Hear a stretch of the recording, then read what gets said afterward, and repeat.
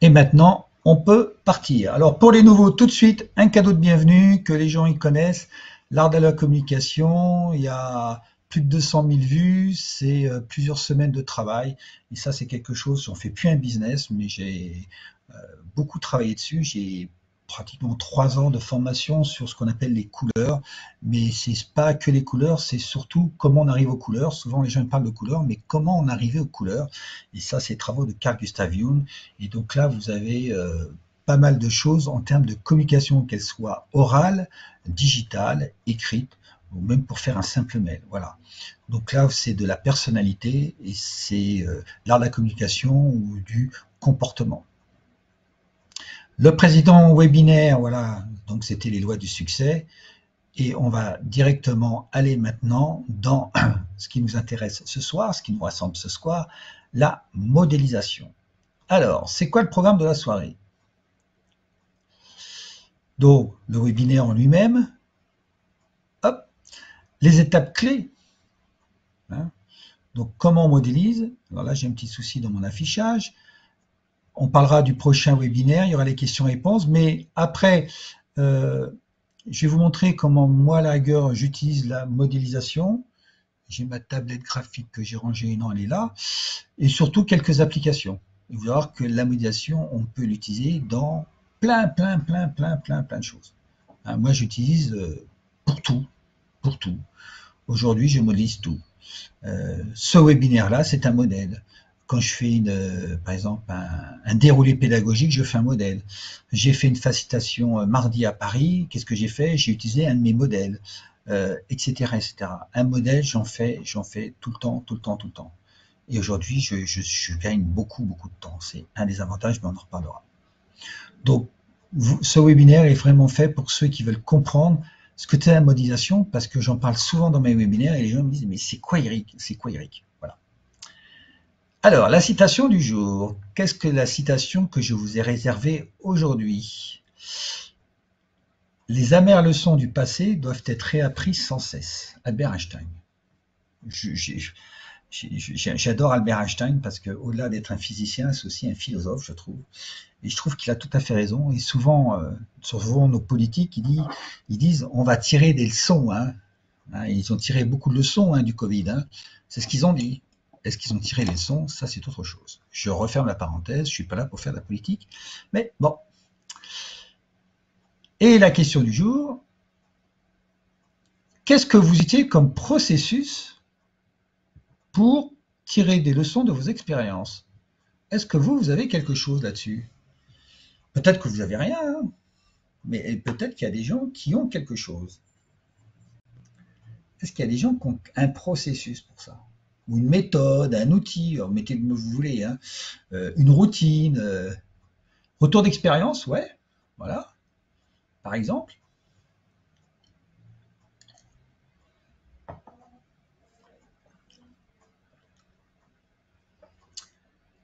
Ouais, tout à fait. Ouais, faire des bilans pour noter les réussites et apprentissages et voir comment s'améliorer. Ouais. Kaizen, oui, très bien. Kaizen, c'est ça.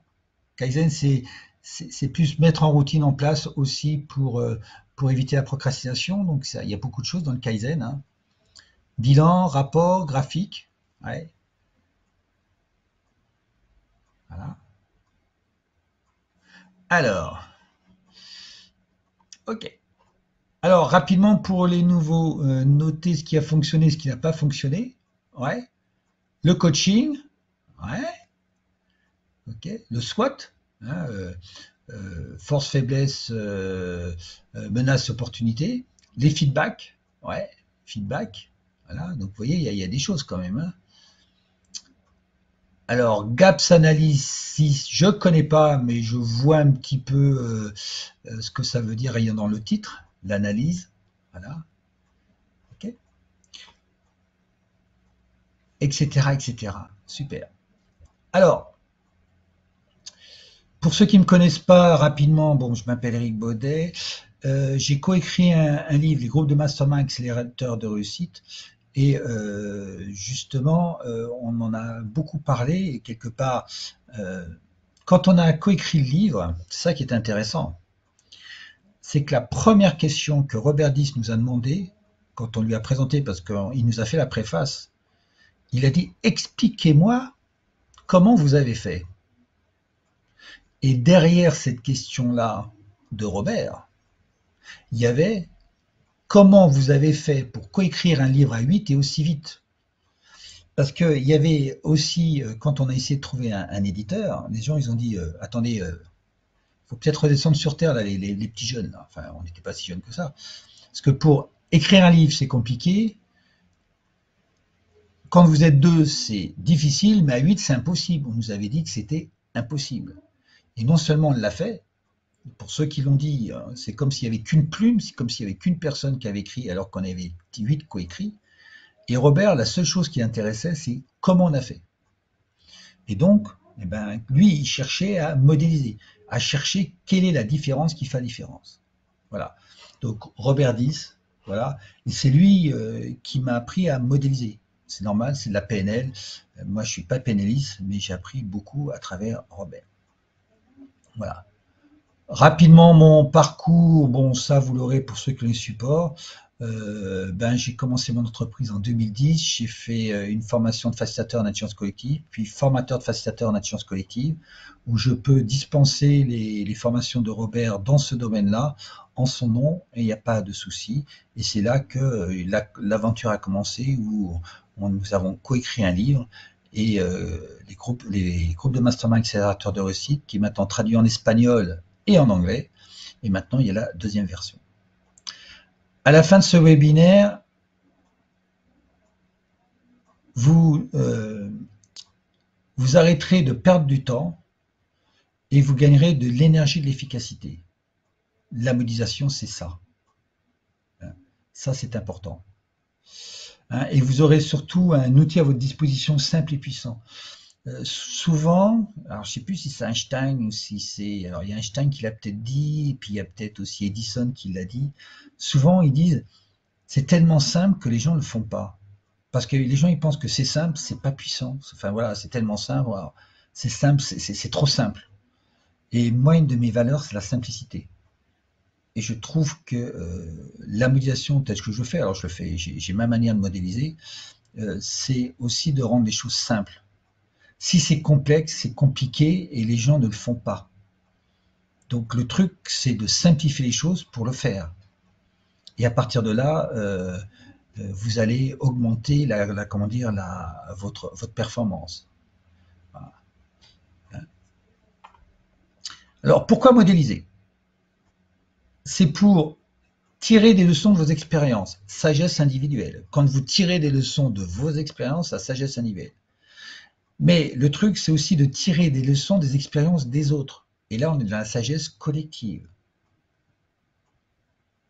J'ai fait, par exemple, quand j'ai fait mes webinaires, j'ai modélisé, j'ai tiré une leçon d'une autre personne au niveau des webinaires.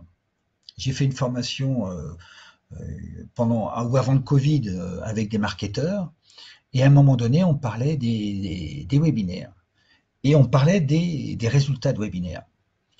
Et il disait que, en termes de participation, en dessous de 10, c'était pas terrible, de 10 à 15, c'était correct, de 15 à 20, c'était bien, et au-delà de 20, c'était super.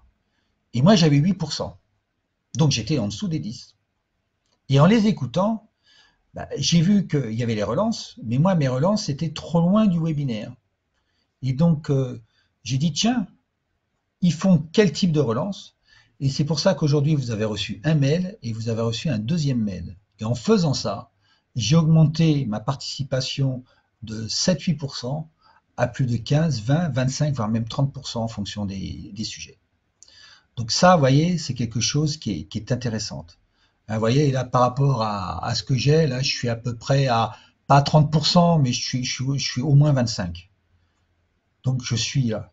Et donc, j'ai tiré des leçons des expériences des autres, mais je l'ai mis dans un modèle. Je ne l'ai pas juste mis dans ma tête. Je l'ai écrit pour que ça soit une recette. Voilà. Et ça sera aussi, pourquoi modéliser, c'est aussi de répondre à cette question. Alors, mince. Hop. Donc ça, c'est le pourquoi. Et donc les étapes. D'abord, on modélise à partir d'une expérience. On ne part pas d'un truc, ouais, alors je vais imaginer. Non, on ne parle pas d'une imagination, on parle d'une expérience. On crée un modèle à partir d'une expérience. Une fois qu'on a une expérience, il faut toujours se poser. Hier soir, j'ai fait un webinaire, une présentation, et j'étais avec une de mes partenaires. À la fin, on a pris, j'ai dit 2 minutes, on s'est pris au moins un quart d'heure, et j'ai un modèle qui traîne sur mon bureau. Voilà, le modèle, il est pas propre, hein, mais il est là. J'ai mis 7 points. J'ai modélisé. Alors, il y a des points qui sont déjà dans mon modèle, mais je le remets. Parce que le modèle, c'est aussi mettre à jour. Il y a peut-être des choses à enlever et à rajouter. Et répondre à cette question, quelle est la différence qui fait la différence? Ça, c'est ce que dit Robert. Mais si je vais plus loin, entre la nouvelle expérience et l'expérience d'avant. C'est-à-dire, vous avez fait une expérience sur, on va dire, il y a une semaine. J'ai fait un webinaire il y a un mois. Aujourd'hui, je vais faire un webinaire. Et je me pose la question, quelle est la différence qui a fait différence? Et j'identifie cette différence. Et à force d'aller là, on va aller dans la subtilité, on va creuser. Et les petites choses que vous rajoutez à la fin, ça vous apporte des choses très très importantes par rapport à la généralité. Et vous allez chercher comment dire, de l'efficacité, c'est-à-dire c'est aussi comment dire, le coefficient où vous rajoutez à chaque fois 1%, 1%, 1%, 1%, c'est les intérêts composés. Et bien vous pouvez le faire grâce à la modélisation. Voilà.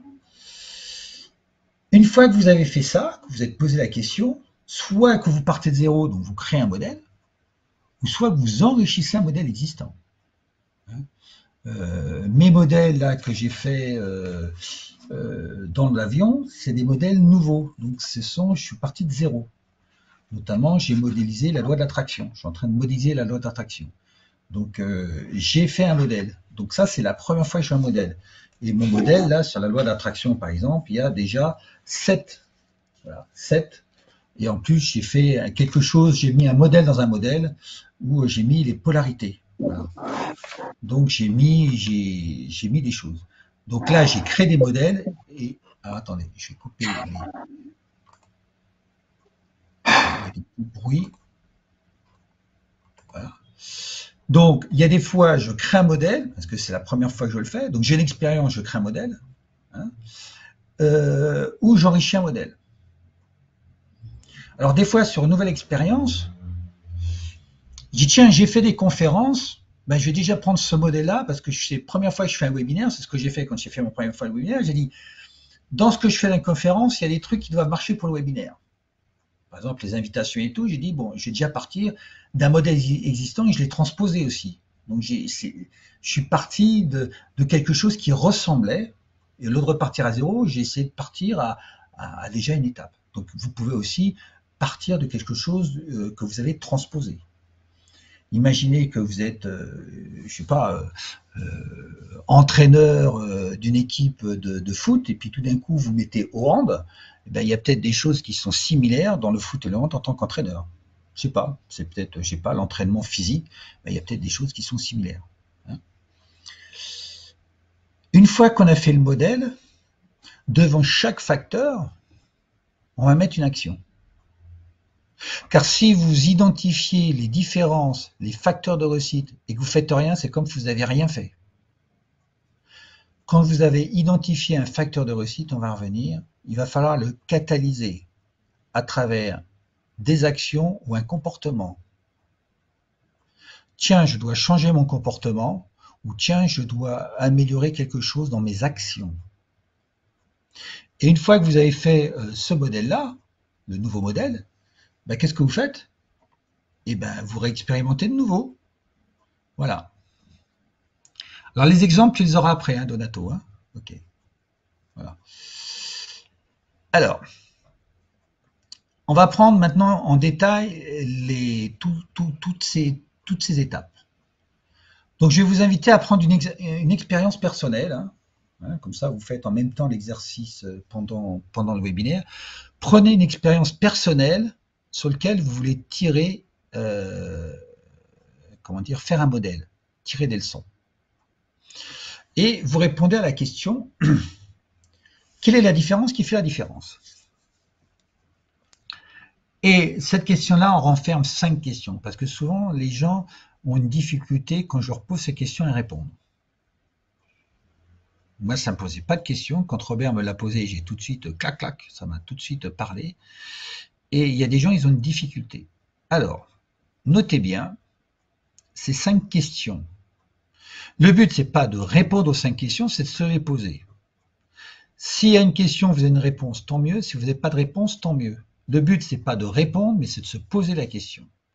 La première question, c'est celle que je fais, c'est par rapport à l'ancienne expérience et à la nouvelle expérience, qu'est-ce que je dois supprimer? La première chose que je fais aujourd'hui, c'est de supprimer. Et souvent, on ne supprime pas. Et c'est pour ça qu'on fait des usines à gaz. Et que des fois, on fait des choses, on ne sait plus pourquoi on les fait, c'est inutile, mais on les garde quand même, on ne sait jamais. Donc, première chose, entre l'ancienne expérience et la nouvelle, qu'est-ce que je dois supprimer entre les deux? Peut-être qu'il y a quelque chose, peut-être qu'il n'y a rien, mais il faut que je me pose la question. Première question, qu'est-ce que je supprime? Deuxième question, qu'est-ce que je garde? Souvent, quand on fait quelque chose qui ne marche pas, on a tendance à tout effacer, à jeter ce qu'on appelle tout l'eau du bain. Non! Ne recommencez jamais à zéro, il y a toujours quelque chose de bien dans ce que vous avez fait. Et c'est de le garder. C'est de le garder et c'est de le mettre en conscience.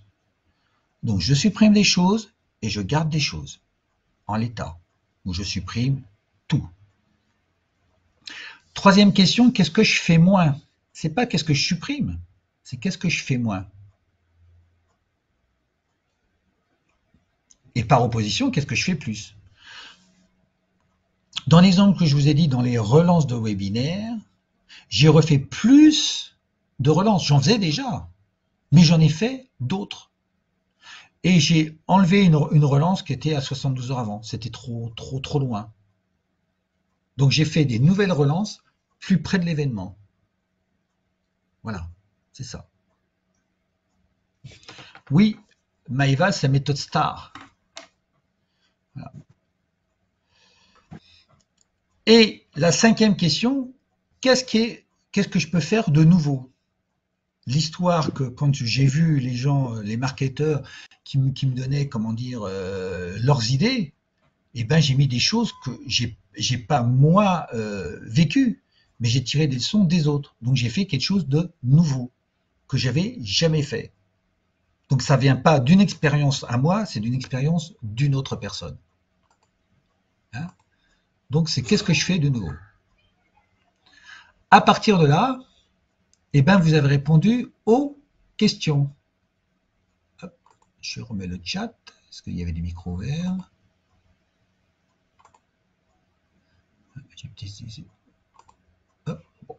J'ai plus le chat, c'est pas grave.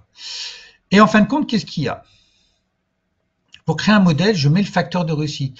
Donc, c'est ce que vous avez identifié. Par exemple, moi, pour reprendre l'exemple, je mets la relance. Donc, j'aurais mis, là, j'ai 2 facteurs de réussite. J'ai relance le matin, on va dire entre 8 et 9 heures, et la relance à 30 minutes avant. Donc, à H-30. Donc, j'ai 2 facteurs de réussite. Et donc là, l'action, c'est faire un mail en automatique sur Google la veille ou l'avant-veille, ou voilà, qui va partir le jour J vers entre 8h et 9h. Et l'autre facteur de réussite, c'est un mail en automatique sur Google à H-30. Et là, je l'ai envoyé un petit peu avant. Vous avez dû le recevoir entre 17h et 17h30 parce qu'il y a aussi le décalage. Google n'envoie pas tout en une fraction de seconde.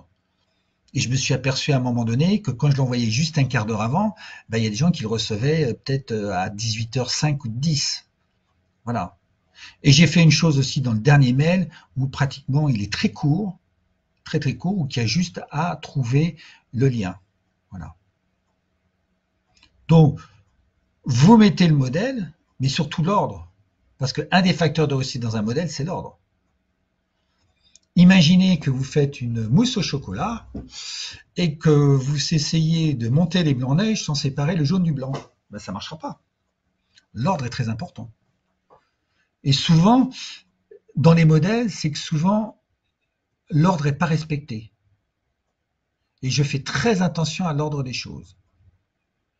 Quand je facilite, première chose, je mets le cadre. Deuxième chose, je fais une inclusion. Troisième chose, etc. Donc l'ordre. Troisième chose, je fais un état génératif, etc. L'ordre est important. Et si je change l'ordre, je vais changer mon modèle et le résultat sera plus le même.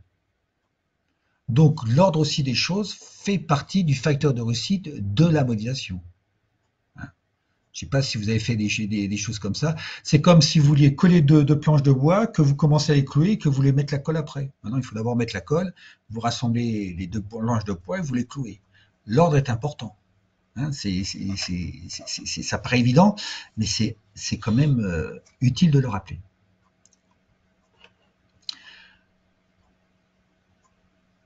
Après, c'est de définir des objectifs non limitants. Alors ça, j'ai encore, ça je pourrais faire un webinaire que là-dessus. Souvent, ce qui se passe, je vais faire simple parce que c'est pas l'objectif de ce soir, mais souvent, on nous dit qu'il faut avoir des objectifs ambitieux. Mais il est tellement grand l'objectif qu'il y a quelque chose dans le cerveau qui se passe qui dit j'y arriverai pas. Donc vous mettez une barrière. Rien que de le mettre, vous mettez une barrière. Un objectif limitant, c'est un objectif qui est réalisable en moins de 1 mois. Faites la stratégie des petits pas. Pourquoi moins d'1 mois? Parce que quand vous faites un objectif qui est ambitieux et que vous mettez pas des petits pas entre les deux, vous avez un biais cognitif qui rentre en ligne de compte. Tout de suite. C'est quand on va avoir la gratification immédiate. L'homme est fait pour avoir des gratifications rapides. Donc si vous avez un objectif trop long, hein, et ben on va le voir, on va dire oh c'est pas important ou j'ai le temps ou tout ça, procrastination, et on va aller chercher des petits trucs qu'on peut avoir, notamment manger une barre de chocolaté. Hein, on va essayer d'avoir des petits succès. Donc tout de suite, quand vous faites ça dans la modélisation et que vous voyez que l'étape que vous avez mis ou l'action que vous avez mis, elle est trop grande, là il va falloir faire des sous-objectifs pour que ça soit fait en place. Donc c'est un petit détail, mais c'est super important. Donc peut-être que le facteur que vous avez identifié, il y a peut-être plusieurs facteurs dedans. Voilà. Ça m'arrive pas, mais ça peut arriver. Voilà. Et une fois que vous avez mis tout ça, vous expérimentez le modèle. C'est-à-dire que tout ce que vous avez mis, si j'avais par exemple mis mon modèle sur webinaire, mais que je ne fais pas mes relances, ça ne sert à rien. Donc, écrivez-le, parce que dans mon expérience, je crois que j'avais ce qu'on appelle des martingales. Vous savez, le truc qu'on dit, ça marche à tous les coups. Hein, le truc, le génial. Et puis je dis, ah, ça y est, j'ai trouvé, machin et tout, j'étais content. Hein. Et bien, je peux vous dire que je m'en mords les doigts parce que je ne les avais pas marqués. Je pensais que je m'en souviendrais, et je peux vous dire que j'ai aucun souvenir. Et je les ai jamais retrouvés. Parce que c'était des modèles que j'avais observés. Je dis, ouais, c'est génial, ça y est, j'ai compris tout. Ouais, mais j'ai compris, mais Eric, tu l'as pas marqué. Hein. Donc, surtout, écrivez, faites-le sur un bout de papier, faites-le à la manière, hein, mais faites-le. Après, il y a plusieurs modèles. C'est d'identifier le facteur de réussite et de mettre une action en face. Ça, c'est simple. C'est très simple. Et donc, c'est une autre chose, je ne sais pas s'il y a des managers parmi nous ce soir, Mais par exemple, vous faites du management, vous faites un modèle, demain vous reprenez une équipe, ben vous prenez votre modèle et vous repartez là-dessus.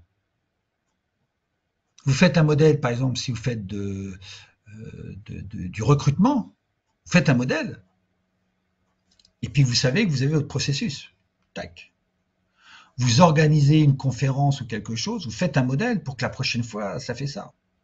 Hein, moi, j'ai fait des salons au niveau de l'intelligence collective, au niveau de la logistique. Je suis arrivé, il n'y avait pas de modèle, j'ai trouvé ça bizarre. Mais quand moi j'ai fini le salon, j'ai fait mon modèle et je l'ai donné à l'organisation. C'est-à-dire qu'ils sont pas les prochains, j'espère qu'ils ont utilisé mon modèle, ils sont pas partis de zéro. Et en fin de compte, là, on gagne du temps. On gagne énormément de temps. Et comme je dis souvent, euh, prenez du temps pour en gagner. Quand après une expérience, quelle qu'elle soit, vous prenez 30 secondes. Qu'est-ce que je supprime? Qu'est-ce que je garde? Qu'est-ce que je fais plus? Qu'est-ce que je fais moins? Qu'est-ce que je fais nouveau? Ça va vite, hein? Ça va hyper vite, hein? Quand je dis 30 secondes, c'est 30 secondes, hein? Toute minute de gagner dans votre organisation vous en fait gagner au minimum 10. Si vous prenez 10 minutes, vous allez gagner 100 minutes. Si vous prenez 10 minutes pour vous organiser, c'est ça. Et bien le modèle, c'est pareil. Ça va vous faire gagner énormément de temps. Et quand je fais les choses, j'ai mes modèles et j'attaque. Ça va très vite. La modélisation aussi, c'est quand je fais, par exemple, là, la semaine prochaine, je vais à Rabat, c'est une formation que j'ai depuis 6 ans. À chaque fois, je modifie des trucs. À chaque fois, mais c'est des petits détails, hein. C'est des petits détails, mais je fais évoluer. Mais la première fois, qu'est-ce que je me suis posé comme question? Quels sont les facteurs de réussite par rapport au thème de la formation? J'ai mis 7 facteurs et après, je les ai détaillés. Ma formation, en une demi-heure, elle était préparée. Après, il a fallu que je la mette en page sur PowerPoint et tout. Mais en une demi-heure, mes objectifs pédagogiques étaient faits. Mais je suis parti, pareil, sur la même base de créer un modèle. Et pour mes formations, je fais toujours pareil. Quels sont les facteurs de réussite? Et j'en crée un modèle. Et je crée un modèle pour tout. Là, c'était pour faire comment dire, un modèle de formation. Mais pour faire un modèle, par exemple, pour les offres de services, hein, vous savez, les offres de services, là, hein, il y a des gens, ils passent des fois des heures à faire des offres de services ou des offres de prix. Mais moi, j'ai un modèle. Et ça va très vite. Dans mes questionnements, dans mes démarches, j'ai toujours des modèles. Quand j'attaque un nouveau marché, là, je suis par exemple sur les masterminds intelligence financière, j'ai mon modèle de questionnement et j'ai juste adapté des petites choses. Mais mon modèle, il est là. Et donc, au lieu de recréer le modèle, ça m'a permis en quelques minutes, ça y est, j'étais déjà prêt. J'ai pas été obligé de recréer, repartir à zéro, repartir sur une feuille blanche, en me disant qu'est-ce que je vais faire, machin. J'ai mon modèle. Je suis parti. Et ce modèle-là, il est bien. Et pour l'instant, j'y touche pas parce qu'il est hyper chouette.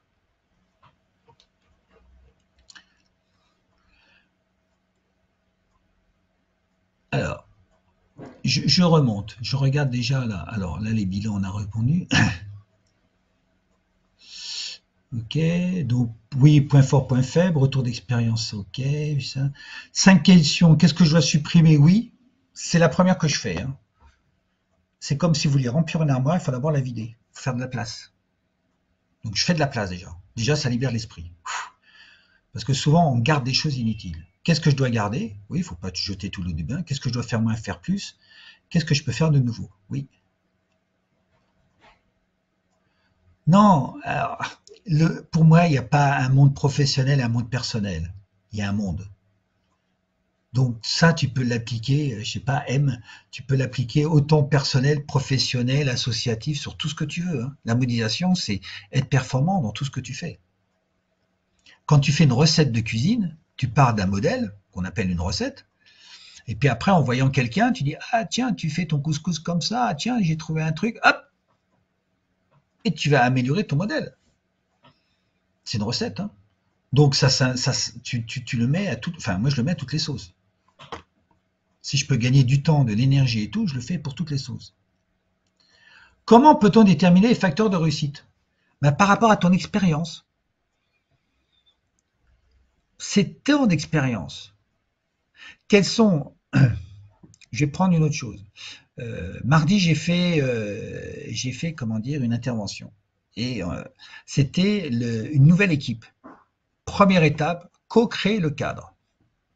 C'est la question. Comment co-créer le cadre de fonctionnement dans une équipe? Et j'ai dit, quels sont les facteurs de réussite pour qu'une équipe fonctionne bien? Partez toujours sur cette début de phrase. Quels sont les facteurs de réussite pour fidéliser une clientèle? Quels sont les facteurs de réussite? Et vous mettez la question derrière. Quels sont les facteurs de réussite pour attirer les bons talents? Quels sont les facteurs de réussite pour générer des leads sur LinkedIn? Quels sont les facteurs de réussite pour... Et si vous n'avez rien, bon, vous n'avez rien, mais des fois, vous avez plein de choses. Quels sont les facteurs de réussite pour générer des leads? Ben, tu vas dire, il faut que je fasse du contenu. Ok, ben ça, c'est un facteur de réussite. Si tu ne fais pas des contenus, voilà. Le deuxième, c'est de faire des contenus régulièrement. C'est pas de en faire une fois de temps en temps. C'est de répondre, par exemple, à tes contenus. Tu vois. Donc, c'est ça les facteurs de réussite. Le cadre que je vous ai mis au début, ce sont les facteurs de réussite que j'ai identifiés pour que un webinaire se passe bien ou une conférence. Mais aujourd'hui, ce cadre-là que je vous ai mis, c'est exactement le même que j'ai mis mardi pour une facilitation en intelligence collective à Paris. C'est exactement les mêmes. C'est les facteurs de réussite pour moi. Pour moi. Donc c'est ça un facteur de réussite. Le facteur de réussite dans un modèle, c'est l'ordre. Si tu ne mets pas les choses dans l'ordre, voilà. C'est ça un facteur de réussite. Donc Aïssa, est-ce que j'ai répondu à la question? Si je ne réponds pas à des questions ou s'il vous manque des choses, vous me le dites. Hein. Trop ambitieux, ça peut devenir décourageant. Alors, c'est bien d'être ambitieux, de rêver grand. Mais après, c'est dire, je veux aller là, pour l'instant, c'est trop long, quelle est la première étape sur laquelle je me sens bien que je peux y aller? Et une fois que vous avez fait ça, vous avez une première victoire qui vous motive à aller un petit peu plus loin, un petit peu plus loin, vers votre ambition, qui peut être ambitieuse. C'est un pléonasme peut-être, je ne sais pas. Mais vous voyez ce que je veux dire? Que vous ayez une ambition, un rêve grand, c'est très bien, mais ne visez pas tout de suite ça.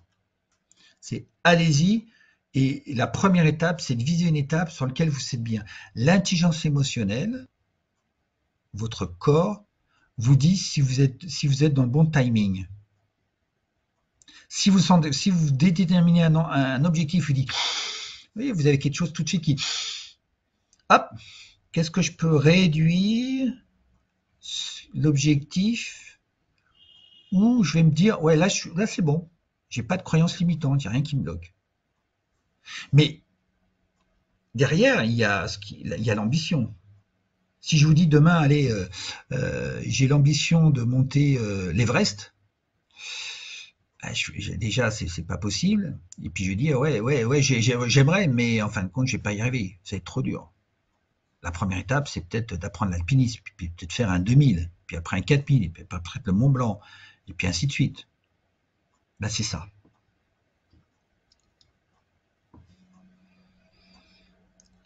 C'est un peu la différence entre une finalité et un objectif. Pour moi, la finalité n'est jamais finie. Une vision est dans l'infini. Donc oui, ou une raison d'être. Moi, ma vision, même avec cette vie, je ne pourrais pas la réaliser. Mais par contre, c'est celle qui me tire tous les jours. Et tous les jours, je me mets des objectifs. Ouais. Après c'est de la sémantique, mais oui, c'est un peu ça, Benjamin. Hein. Ambitieux, des moyens adaptés. Moi, je dirais ambitieux, c'est surtout des étapes adaptées et avoir le mindset. Hein. Alors l'agilité peut être un support, oui, oui, vous pouvez faire, oui, l'agilité, oui, c'est peut-être un moyen ou un outil pour le faire, oui. Un modèle est évolutif et adaptable en fonction des personnes ciblées. Bah oui, il faut l'adapter, hein. Ce qui marche pour moi ne marchera peut-être pas pour vous, hein.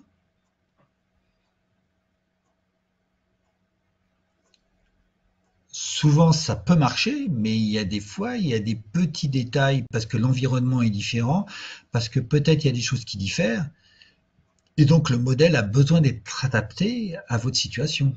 Oui, ouais, hein. Il n'y a pas de bon et de mauvais. La vérité vraie n'existe pas, hein. On est d'accord, hein.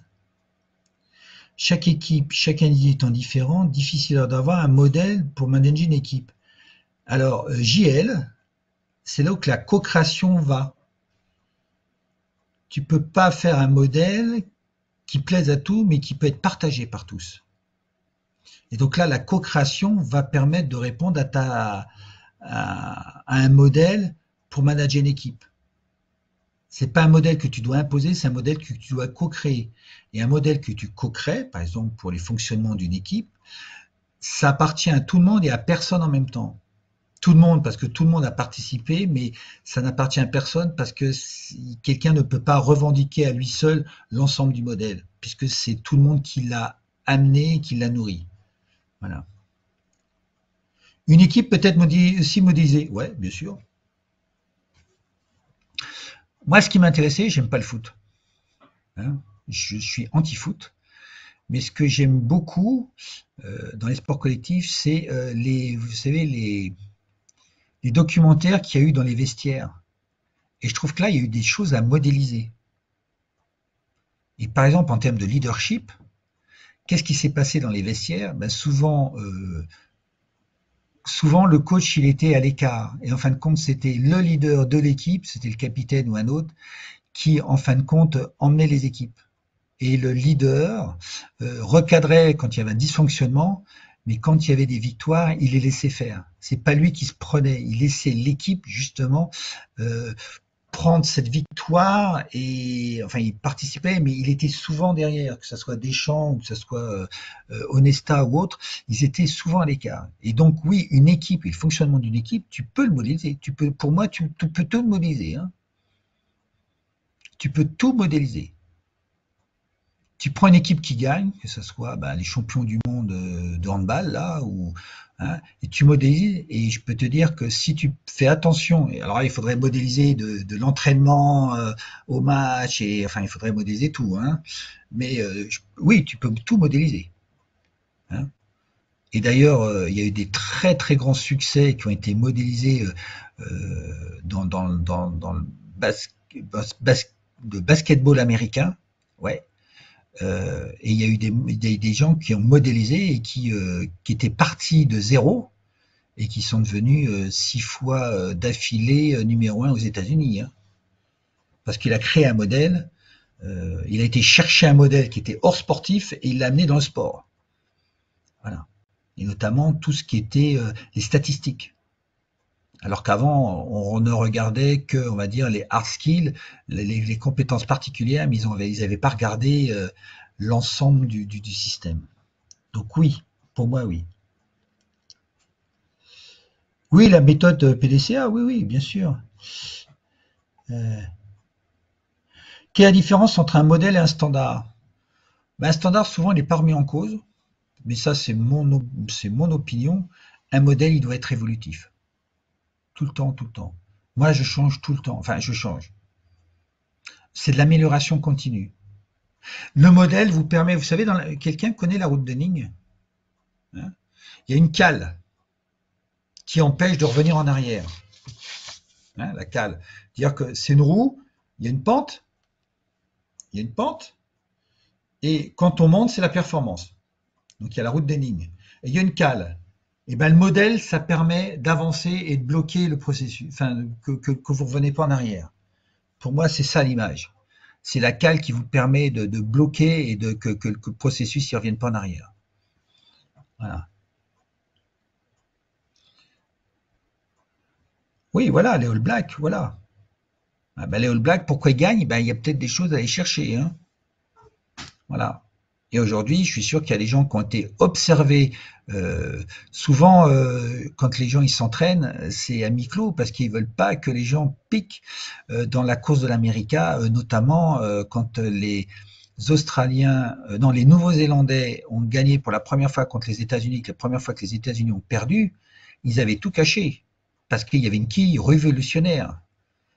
Mais une fois que la compétition elle était gagnée, qu'ils avaient perdu, eh ben ils ont tout de suite été voir et ils ont été comprendre le modèle qui avait fait gagner les autres.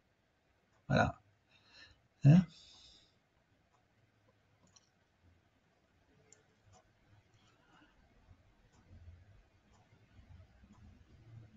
La force de la modélisation mathématique et la neutralité des maths. Dommage qu'il y ait un faible niveau en maths. Alors, t'as pas besoin d'être bon en maths pour modéliser. Alors, moi, je modélise tout ce qui est rapport humain, hein. Voilà. Il faut juste observer. Observer, observer, écouter. Voilà. Voilà. OK. Quelles sont vos questions? Alors, par rapport à l'exercice que je vous ai demandé, est-ce qu'il y a des gens qui ont modélisé? Est-ce que vous avez déjà commencé à observer des facteurs de réussite? Est-ce que vous avez dit, tiens, il y a quelque chose qui a changé entre une ancienne et une nouvelle, comment dire, pratique? Voilà. Allez-y, partagez.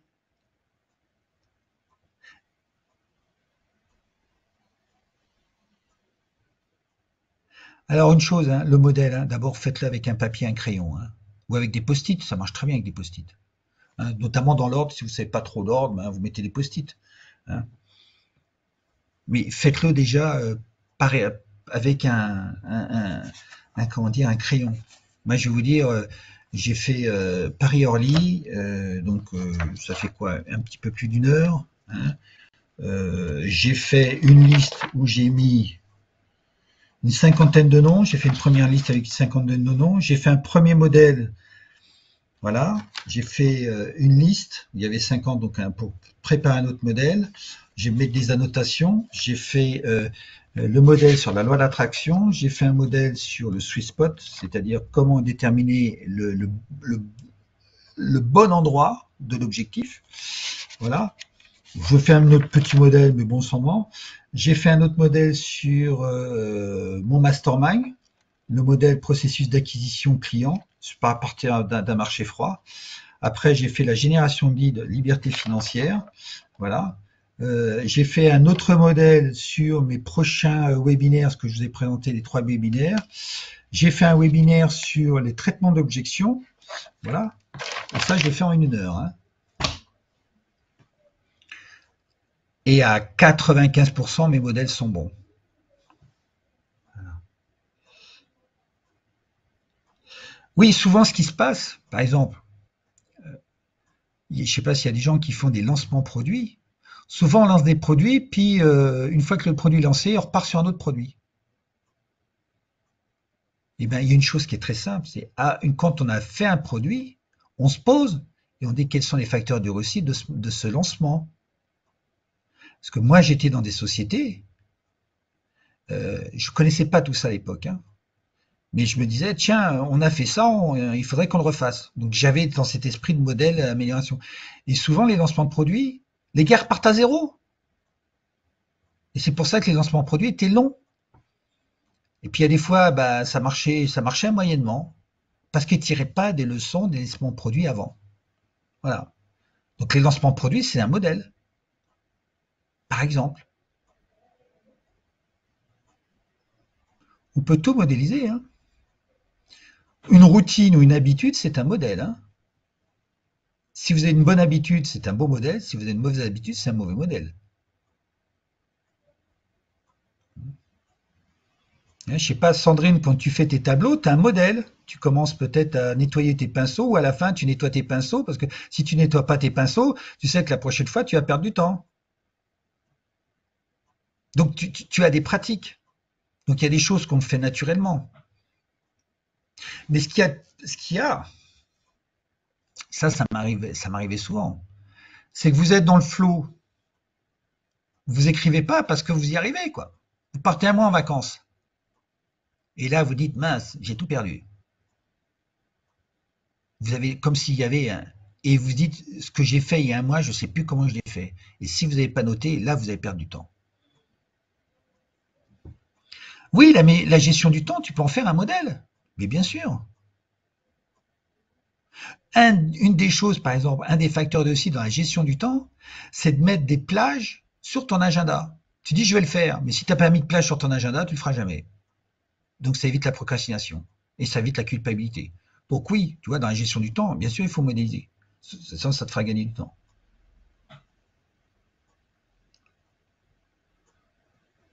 Oui, c'est d'oublier les petits détails. J'avais fait une formation dans une SS2I à Sophia Antipolis. Je leur avais donné un modèle pour les réunions d'équipe. Donc le directeur me dit ouais c'est super Eric, maintenant on est bon, waouh waouh waouh. Ben, je dis maintenant c'est bon, hein, vous êtes autonome, hein, vous n'avez plus besoin de moi. 2 ans après il m'appelle, il me dit c'est le bordel. Donc je reprends les fondamentaux. Et les gens disent ouais c'est génial, mais j'y attendais ça il y a 2 ans je vous l'ai fait. Et... Ouais mais c'était une perte de temps. Ben, j'ai dit vous voyez la perte de temps, vous n'avez pas utilisé le modèle, aujourd'hui il n'y a plus rien qui se passe. Donc réutilisez le modèle parce que ça va vous faire gagner du temps. Et donc ils avaient enlevé, vous savez, un petit peu dans un modèle, ils enlèvent c'est pas la peine de mettre du beurre, mettre de la margarine, et puis après, tiens, on va faire ci, tiens, on va faire ça, et puis après, en fin de compte, la recette à la fin, ça n'a plus rien à voir. Et ben c'est ça, il faut surtout modéliser et se tenir au modèle. Ouais. Ouais, on oublie les choses, on manque de rigueur, et après, ben, ce qui arrive, eh ben, on n'a plus le même résultat. Et on pense qu'on a fait la même chose, hein. Donc, s'il y a une évolution à faire, on fait. S'il n'y a pas d'évolution, il n'y a pas à faire, hein. Il ne faut pas dire il faut absolument changer, hein. Non. C'est juste se poser la question, qu'est-ce que je supprime, qu'est-ce que je garde, qu'est-ce que je fais plus, qu'est-ce que je fais moins, qu'est-ce que je fais de nouveau. Voilà.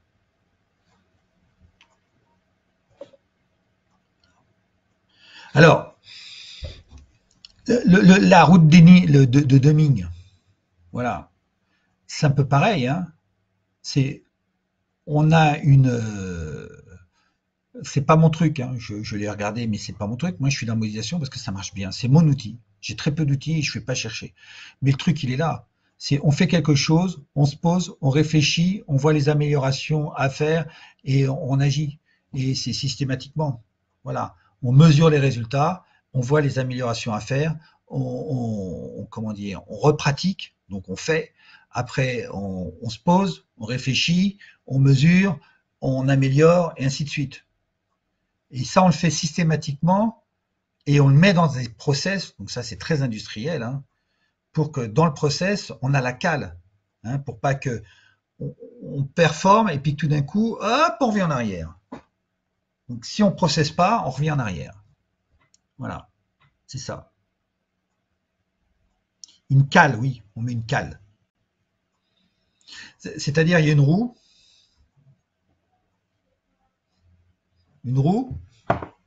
voilà, tu vois, je vais prendre une roue, hein, et tu as une pente, voilà. Et la modélisation, ça t'évite de faire ça. Donc, tu vois, si c'était ma petite bague, là, tu vois, ma petite bague, ben, ça va empêcher qu'à un moment donné, tu reviennes en arrière. Parce qu'il y a un process. Parce que tu l'as marqué. Si tu l'as pas marqué et que tu dis aux gens, faites, eh ben, ils vont repartir à zéro, certains, ou je ne sais pas ce qu'ils vont faire. Mais si tu leur dis, voilà, faites ça, j'ai par exemple modélisé dans les masterminds un process qui s'appelle le hot seat. C'est un process c'est un process collectif. Je l'ai modélisé. Quand je forme les gens, vous dites voilà le modèle et vous suivez à la lettre. Donc je détaille exactement le modèle.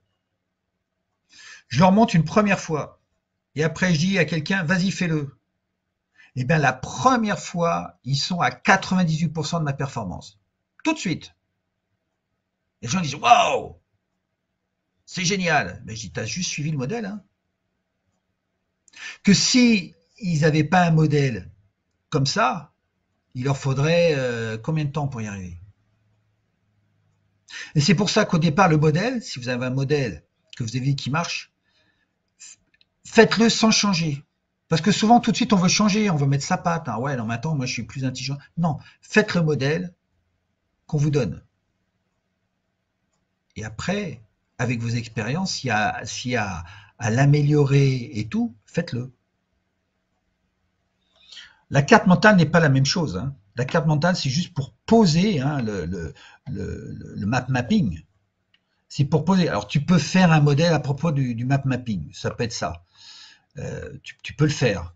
Mais un map mapping, ça peut partir en plusieurs choses. Donc, tu pourrais faire un modèle grâce à du map mapping. Mais du map mapping n'est pas forcément un modèle. Le map mapping, c'est plus pour mettre tes idées en place. Voilà.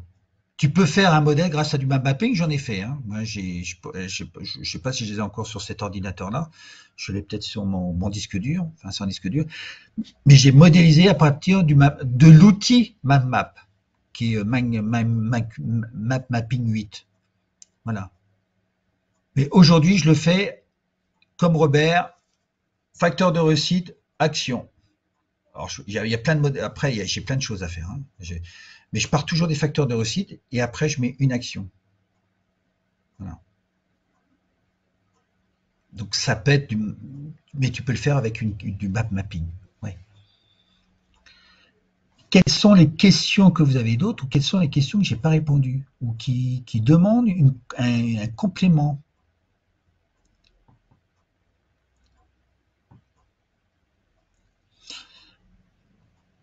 Le Kanban, c'est une méthode de process, c'est plutôt un rétro-planning, le Kanban. Donc, c'est un process. Après, si tu améliores le process, voilà. Donc, le redunning, c'est plus un process global, alors que le Kanban, c'est plus un rétro-planning. Voilà. Ça, c'est. Aujourd'hui, je fais que de la modélisation. Je trouve que c'est très simple. Moi, j'aime bien les choses simples. Et j'aime pas les usines à gaz. Parce que les usines à gaz, ça démoralise. J'ai vu des processus lean, ça tenait sur un mur qui faisait 3 mètres de haut par 5 de large. Hein. Et les gens, ils arrivaient et fait ouf, ouf, ouf, qu'est-ce qu'on va mettre en. Qu'est-ce que. Ça y est, les gens, ils étaient déjà démoralisés.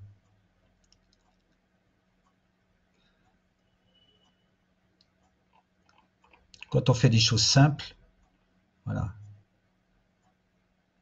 Je t'en ai donné des exemples, Donato. Je t'ai donné plein d'exemples. Kiss, keep it and simply and stupid. Hein, la mine, t'as oublié. C'était une réflexion de l'armée américaine, de la Navy, qui disait il faut que ça soit simple, parce que le jour où on est en mer et puis qu'il y a une avarie, si c'est compliqué, tout le monde coule et tout le monde meurt. Donc il faut que ça reste simple. Ouais, mais c'est un processus tout bête. Hein. Faut rester simple. Il faut que par exemple tous les boulons soient au même diamètre. Comme ça, on n'a pas besoin de 36 000 clés. C'est tout bête. Hein. Ça, c'est le processus industriel. Keep it and stupid, and simply and stupid. Excusez-moi de mon anglais. KISS, K-I-S-S. KISS. Voilà. Bah, c'est un modèle, enfin, c'est pas tout à fait un modèle, c'est plutôt une réflexion qu'un modèle. Mais après, à partir de là, ils ont fait des modèles simples. Voilà. Voilà. Faire simple. Voilà. Alors, le point 3, l'outil simple, ce sont les 5 questions. Oui, tu te poses les questions. La différence qui a fait différence, pour répondre à ça, parce que quand Robert, moi, il me disait ça, moi, je comprenais. Tout de suite, je prenais mon modèle à la différence entre ça, puis je mettais les choses. Mais quand j'avais des gens que je formais, les gens disaient, je comprends pas, Eric. Ah, tu comprends pas? Ah. Et donc, pour les aider à répondre à cette question, j'ai trouvé ces 5 questions que j'ai fait venir d'un modèle qui s'appelle du coaching, qui s'appelle la star. La star parce qu'il y a 6 étoiles, c'est une étoile à 6 branches. 5 questions, plan d'action. C'est pour ça que c'est une star, parce que star, ça veut dire étoile. Mais c'est une étoile à 6 questions, 6 branches. 5 questions et un plan d'action. Voilà.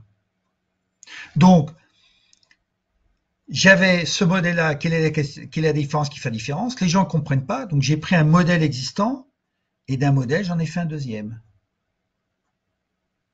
J'ai le facteur de réussite de Robert Dills, le cercle de réussite de Robert Dills, et il y a le cercle d'or de Simon Sinek, 2 modèles. Qu'est-ce que j'ai fait? J'ai fait un 3e modèle, le cercle d'or de la réussite, où j'ai mis des choses de Robert Dills, j'ai pris des choses de Simon Sinek, et moi j'ai fait mon propre modèle, qui était plus utile pour moi, pour ce que je voulais faire. Donc j'ai chopé des modèles existants pour en faire un supérieur.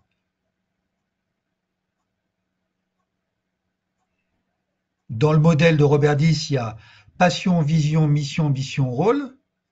Et dans le modèle de Simon Sinek, il y a why, how, what, marché. Et j'ai fusionné les deux et j'en ai fait le cercle d'or de la réussite qui est en disponibilité dans un replay. Qui, pour moi, est le modèle idéal pour commencer l'entrepreneuriat. Parce qu'il me manquait pour moi quelque chose de Robert, il me manquait quelque chose dans Simon Sinek, j'adore les deux, hein, voilà. Et il y avait des choses en termes de perception où moi j'ai changé des choses, où j'ai mis ma casquette de marketeur. Donc j'ai mis des approches marketing dans le cercle d'or de la réussite, dans le cercle de réussite, dans le cercle de réussite de Robert Dills, et dans mon cercle d'or de la réussite, j'ai mis des modèles de marketeurs. Et j'en ai fait un nouveau modèle. Donc j'ai pas réinventé l'eau chaude. J'ai pris des modèles, j'ai pris les choses, donc j'ai identifié les facteurs de réussite qui étaient bons pour moi, et j'en ai fait un nouveau modèle. Ça va beaucoup plus vite, hein. Voilà. Alors, Donato, est-ce que j'ai répondu à ta question? Parce que tu me poses là, voilà. Qu'est-ce que tu veux comme autre exemple? Dis-moi. Le regard. Le, mon, mon cadre. Regarde, mon cadre. Hop.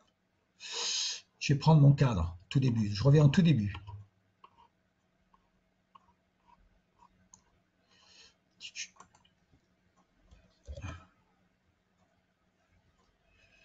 Eh bien, ça, c'est un modèle.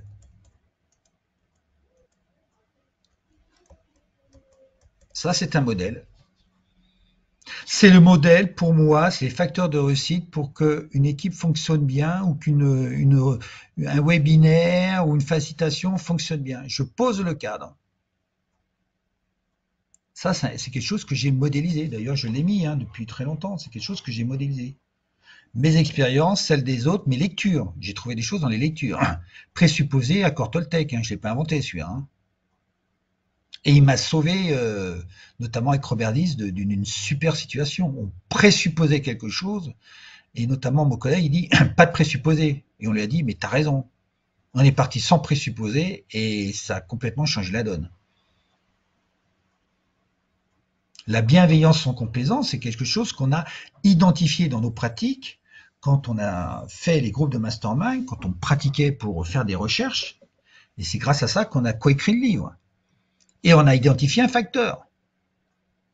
Donc moi j'ai identifié un facteur, j'en ai identifié d'autres, mais qui sont dans d'autres modèles, parce que là j'en ai pas besoin, que j'ai mis. Dans mes groupes de mastermind, j'ai identifié un facteur qui pour moi est le facteur clé d'un groupe de mastermind. C'est le soutien entre les membres. Et je peux vous dire que le soutien, là j'ai démarré un groupe, grâce à ce truc qui prend 3 fois rien, c'est un détail. Je peux vous dire qu'en 3 séances, le groupe, ils sont déjà unis. Facteur que j'ai identifié, que mes collègues n'ont pas voulu mettre dans le livre. Mais moi, je l'ai identifié, je l'ai gardé. Après, les gens, ils font ce qu'ils veulent. Donc ça, c'est un autre modèle. C'est un autre modèle, ça. C'est un modèle. Mais faites-les simples. N'essayez pas de complexifier quelque chose de simple. Et souvent, on veut mettre trop de choses. Vous voyez, par exemple, dans le respect, on pourrait dire respecter l'autre. Non, mettez le respect. Parce que la première chose pour respecter l'autre, c'est de se respecter soi. Donc il y a le respect de soi, il y a le respect de l'autre, il y a le respect du temps, il y a le respect de l'environnement, il y a le respect des valeurs, il y a le respect et que le respect avec un mot ce que vous pouvez faire. Parce que ça, le cadre, le cercle de confiance permet de recadrer. Donc, avec un mot, ça vous ouvre. Soyez resté ouvert. Si vous commencez à trop expliquer, c'est ce qui s'est passé un jour dans une facilitation avec une de mes collègues, mais c'est pas moi qui pilotais. Elle fait le cadre, elle explique les choses. J'ai dit, attention, le cadre, tu vas renfermer si tu expliques. Ouais, non, mais moi, il faut expliquer parce que les gens ne vont pas comprendre. J'ai dit, ok, c'est toi qui pilotes. À la fin, les retours, les gens, ils ont dit, on était enfermés. Ben, c'est dû parce qu'ils ont complexifié les choses. Faites des choses simples, restez simple.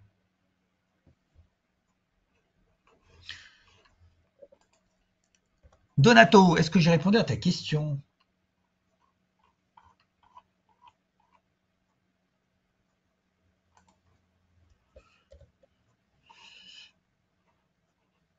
Alors, la prochaine fois, on va parler, alors ça c'est quelque chose qui me passionne aussi, c'est le leadership. Et je vais reprendre aussi encore la pyramide de Lille, hein, parce que vraiment la pyramide de Lille, c'est vraiment un super outil. Alors ça, comme modèle, la pyramide de Lille, voilà, ça c'est un modèle, excellent modèle. Et là, voilà, je l'utilise à ma manière. Et on va aussi utiliser, je vais vous partager ce que je pense du leadership, et notamment le charisme. Et voir que on va parler d'alignement, on va parler d'équilibre, mais aussi on va parler d'attitude, de posture, et on va parler surtout du leader collectif, collaboratif, que j'aime beaucoup, et qui a du sens. Voilà. Parce que leadership, c'est quoi le leadership, hein? C'est intéressant déjà de poser la définition. Qu'est-ce qu'est un leadership? Parce que souvent, il y a des confusions là-dessus. Le leader, c'est pas le petit chef. Et souvent, notamment, il y a eu des mouvements comme Nuit debout ou comme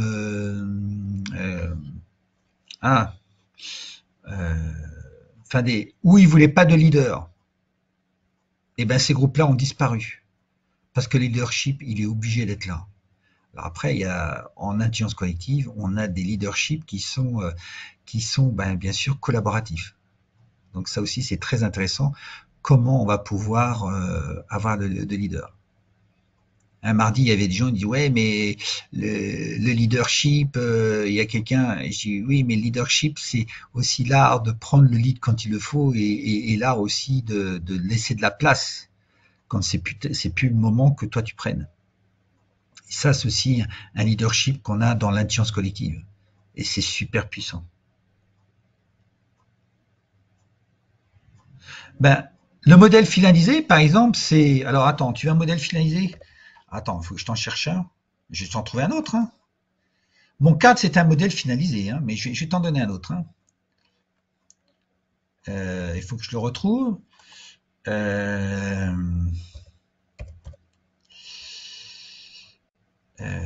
Lequel que je pense? Ah non, où est-ce que je l'ai? Alors, attendez, il faut que je fasse quelque chose parce que pour des questions de confidentialité, il faut que je bidouille un truc, mais je vais y arriver vite. Parce que je pense à un modèle et vous allez voir. Tac, tac, tac. Vous me laissez quelques secondes. Je vais faire juste un copier-coller, comme ça je ne vous ai pas voir les choses confidentielles derrière, parce qu'il y a des choses que je ne peux pas vous partager, notamment l'entreprise pour laquelle j'ai fait ça. Alors, il est où ce modèle-là? Il ne doit pas être loin. Ah bah. Alors, je vais vous donner plus ça. Tac. Je sais pas, je vais le mettre sur quoi? Je vais le mettre sur ça. Je pense que vous voyez toujours mon écran. Oui. Je vais rogner, je vais grandir. Voilà. Je vais pas trop agrandir. Voilà. Vous voyez là? Vous arrivez à lire? Oui. Vous arrivez à lire? C'est pas trop flou? C'est bon? Ouais. Facteur de réussite. Ça, c'est pour traiter un état stress. Un crash. C'est un modèle que j'ai fait dans la rue, hein, avec une de mes collègues. Je me rappelle, j'étais avenue Jean Médecin à Nice, et la personne me téléphone en me disant: ouais Eric, oh, j'ai traité un crash collectif, c'est génial, machin et tout. Première question, t'as modélisé? Elle me dit non. Ben, je dis on va modéliser. Elle me dit, ben, je dis ouais, t'as un succès là, t'as une expérience qui est géniale. Tire-en des leçons. Elle me dit ouais, t'as raison Eric. Et donc on a fait un modèle pour sortir d'un état crash. En plus, un état crash collectif là.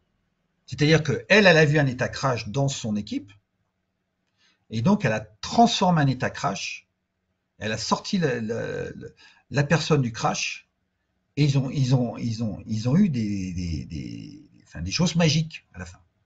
Donc j'ai dit, ben, il faut que tu modélises. Comme dit, ouais, mais alors il faut que tu m'aides. Pas de souci. Et donc, on a fait un modèle. La première chose, c'est d'être en état coach. Alors ça, après, on pourra. L'état coach, c'est encore un autre modèle. Hein. C'est un acronyme. C'est-à-dire que vous, si vous voyez un crash ou quelqu'un en stress, il ne faut pas que vous fassiez aspirer. Parce que le stress amène le stress. Donc vous, il faut que vous soyez en anti-stress. Donc là, il y a une méthode, il y a un modèle. Donc il y a un modèle dans un modèle. En général, un crash, c'est émotionnel. Et donc il faut accueillir le crash, parce que derrière un crash, il y a toujours une intention positive. Principe de PNL.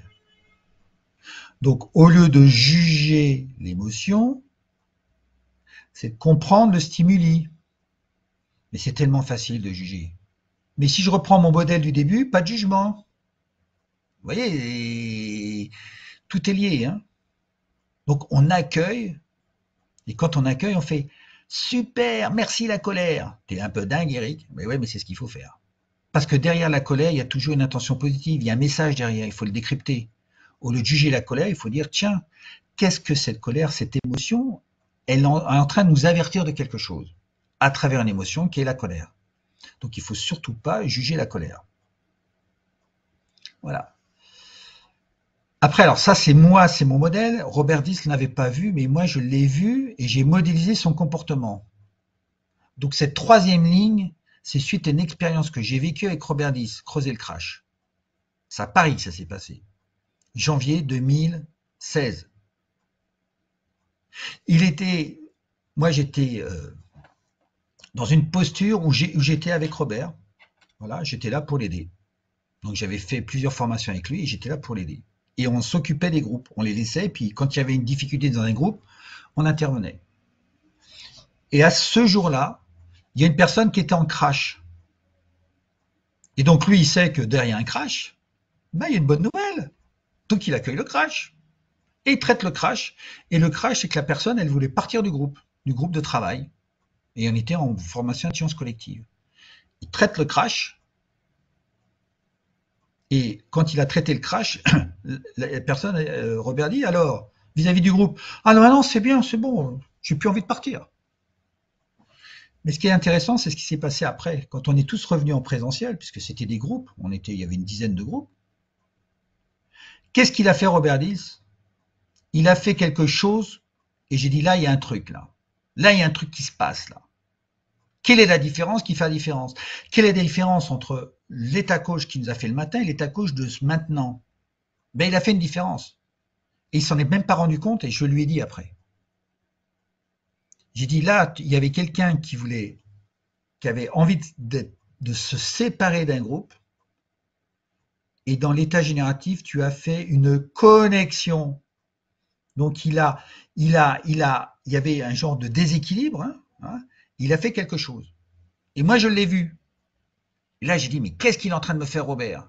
Mais j'ai eu la chance de l'observer. Et j'étais dans un état coach quand je l'ai vu. Et c'est pour ça qu'il y a quelque chose qui m'est venu. Et aujourd'hui, je creuse les choses pour rééquilibrer. Donc c'est ça que je dis. Ça, on pourra aussi faire un webinaire là-dessus. Après, une fois que j'ai fait ça, que j'ai vu, j'ai observé et tout, je demande un état coach pour les gens sortent de leur crash et qu'ils aillent chercher l'intention positive vers leur crash, c'est-à-dire la solution. C'est-à-dire derrière un stress, c'est pas de gérer son stress, c'est de transformer le stress et de trouver une solution qui va vous faire grandir. Et bien ça, c'est un modèle pour transformer le stress en espace de solution. Ça, c'est un modèle, mais pratico-pratique, hein.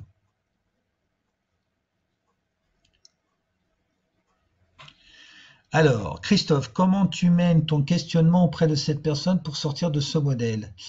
De quel modèle? Parce que j'en ai tellement parlé, il faudrait peut-être que tu reviennes euh,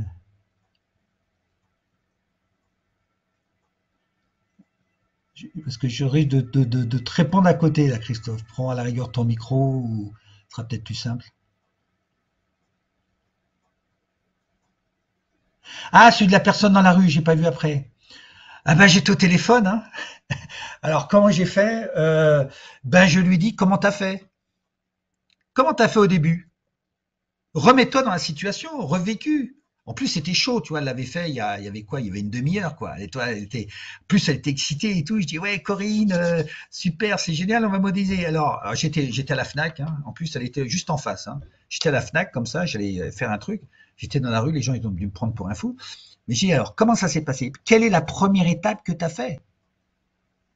Ah bah déjà, j'ai pas voulu me faire aspirer parce que je savais que moi, il fallait que je me mette en état coach. Ok, première étape, donc tu t'es mis en état coach. Ok. Deuxième étape. Troisième étape. Revois ce que tu as fait. C'est pour ça qu'il faut le faire rapidement. Parce que des fois, au bout d'une heure, 2 heures ou le lendemain, tu crois savoir et tu oublies, hop, un petit truc. Tu vois, les petits trucs là. Tu oublies une différence qui a fait différence dans le modèle. Il faut juste revivre. Revivre. Pas être là, hein. Souvent, on est là. On est trop là. Il faut être là, 50 centimètres en dessous, comme je dis. Il faut revivre plutôt que de repenser. Ouais, ouais. Moi, souvent, c'est ce que je fais, hein. Mais je l'ai tellement fait que maintenant, c'est un automatisme. Mais souvent, ce que je fais, je me prends quelques secondes, tu vois, en arrière-plan, hein, ça va très vite. Je me centre, hop, et tout de suite, il y a des tuc. Ça va très vite. Faut pas passer 3 heures. D'ailleurs, pour faire mes modèles, tu vois, je me centre, je mets l'intention. Par contre, un modèle, tu mets l'intention pour pas te gourer. Quel est le modèle de cette chose? Pour pas que tu disperses. Ça me paraît évident, mais je le rappelle, hein. Toujours mettre le sujet quelque part, hein, l'intention. Sur quoi tu vas modéliser. Hein, tu vois, sur tous mes modèles, là, j'ai carte des scores, ça s'appelle une carte des scores, loi de l'attraction. Je sais que je modélise la loi d'attraction. Voilà. Et c'est pour ça que, à un moment donné, quand je fais ça, j'étais vraiment en créativité. J'en ai un, c'est euh, euh, le modèle sur un webinaire. Alors ça, c'est le modèle d'un webinaire. Voilà. Voilà. Ça, c'est le modèle pour les traitements des objections. Comme ça, quand tu poses l'intention, ça focalise ton attention. Voilà, enfin, c'est toujours pareil, c'est encore un modèle, ça. Poser l'intention qui focalise l'attention. C'est encore un autre modèle, c'est un petit modèle, mais c'est tout bête. Donc c'est toujours plein de petits modèles qui sont, voilà, c'est des facteurs de réussite, autant les utiliser. C'est ça, c'est catalyser. C'est pas identifier les facteurs, c'est les utiliser, mais le silence, par exemple. On sait que c'est un facteur de réussite dans le coaching. Et ben dans mon mastermind, tu l'as vu dans mon processus que je fais dans l'autre site, j'utilise au moins 5 fois. Pourquoi je vais m'en priver, quoi? Et donc tous ces facteurs de réussite, à un moment donné, bah, tu les mets naturellement. Tu dis tiens, je vais mettre ça, tiens, je vais mettre ça, tiens, je vais mettre ça, tiens, je vais mettre ça, tiens, je vais mettre ça. Hop. Et en fin de compte, tu refais pratiquement toujours la même chose, mais d'un ordre différent, tu mets de la subtilité. Et puis dès que tu trouves un, hop, tu le remets. J'avais commencé à mettre ce silence-là dans le codev qui n'est pas mis. Donc champagne et paillettes, il y a un modèle que j'ai moi amélioré. Et mes collègues m'ont dit, ta facilitation du codev, elle est au-dessus des autres parce que tu as mis le silence et recadrage. Parce que je me suis aperçu à un moment donné que quand notamment dans l'autre site, si tu fais pas ça, dans le questionnement, les gens ils te donnent des solutions et dans la solution, ils posent des questions. Et quand tu fais ça, les gens ils sont toujours bien au bon endroit. Donc tu augmentes ton efficacité. Et c'est parce que j'ai mis des petites choses en plus qui marchaient autre part. Mais pourquoi ça ne marcherait pas là? Ben, j'ai testé, ça marchait, génial. Voilà. Simple, hein? Simple. Il faut faire des choses très simples. Voilà. Le truc, c'est après, on fait des usines à gaz. Donc, faire des choses très simples. Toujours simplifier. En général, un modèle, il faudrait idéalement, c'est la loi de Pareto là aussi, hein, que le modèle, il y ait 7 plus ou moins 2 facteurs. C'est encore un truc, ça, hein, c'est encore un autre modèle. Hein. Dans mon cadre, vous avez 9 points, pas 10. Parce que des points, je pourrais en mettre 50 hein, si je veux. Mais quand le modèle est trop grand, il est trop grand. Donc, c'est de dire quels sont les 20-80 qui va donner 80% de performance. Et en général, ça vous donne bien plus. Donc, c'est encore un autre modèle. Hein. La loi de Pareto, on peut dire que c'est un modèle. Simple. Faire toujours simple. Donc, au départ, vous faites quelque chose d'un peu, ce qu'on appelle une phase de divergence, un petit peu un truc, voilà, plein d'idées, plein de choses, et seulement après une phase de convergence. Et souvent, les gens, notamment dans l'industrie, ils veulent tout de suite converger, ils veulent tout de suite avoir le résultat. Ils oublient de faire une phase de divergence. La phase de divergence, c'est un peu le brainstorming. Et l'autre côté, c'est plus l'action, plan d'action, voilà. Qui fait quoi? Voilà. Alors, la prochaine fois, c'est la loi du succès, c'est le charisme, c'est le leadership. Donc là aussi, alors ça sera le leadership en intelligence collective, hein, collaboratif. Hein. Je l'ai pas mis, mais ça me paraît évident. C'est comment moi je fais dans les équipes pour que les gens puissent exprimer leur propre leadership. Puisque dans l'intelligence collective, on va garder les diversités et les différences. Donc il n'y a pas un leadership. Il y a des facteurs de réussite du leadership. Toujours pareil, hein, facteur de réussite de leadership. Hein. J'ai pas encore préparé hein, mon webinaire, mais la question pour préparer mon webinaire, c'est quels sont les facteurs de réussite du leadership. Et à partir de là, je vais vous faire le webinaire. Je fais toujours la même chose. Je pars d'un modèle et je pars de cette question, quelle est la différence qui fait la différence. Je me suis posé la question à un moment donné, quelle est la différence qui fait la différence entre un manager ou le management et le leadership? Toute simple hein, comme question. Hein. Celle-là, je me suis posée pendant des années. Hein. Et bien aujourd'hui, je sais. J'ai juste répondu à cette question, quelle est la différence qui fait la différence? Et j'ai créé le modèle du leadership et le modèle du management. Mais c'est à l'infini. Hein. C'est à l'infini. À l'infini. Donc le 11, 12, 13 et 13 mars, eh ben, je vais reparler d'un autre modèle. Tout ce que je fais aujourd'hui, c'est que modéliser. Et là, il va y avoir 3 modèles justement, et je vais parler d'indépendance financière, et notamment des groupes de mastermind que j'ai déjà lancés, et voilà. Et donc là, c'est un autre modèle. Vous voyez, ça, c'est un modèle. Vous voyez, il y a un modèle à 3 étapes là. Il y a 3 étapes, et dans chaque étape, il y a un modèle. Mais derrière, il n'y a que des modèles. Hein.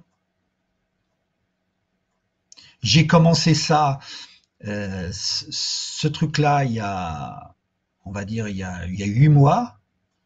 Alors, mon modèle était, bon, il était ce qu'il était. Hein. Bon, il n'était pas zéro, mais il est là.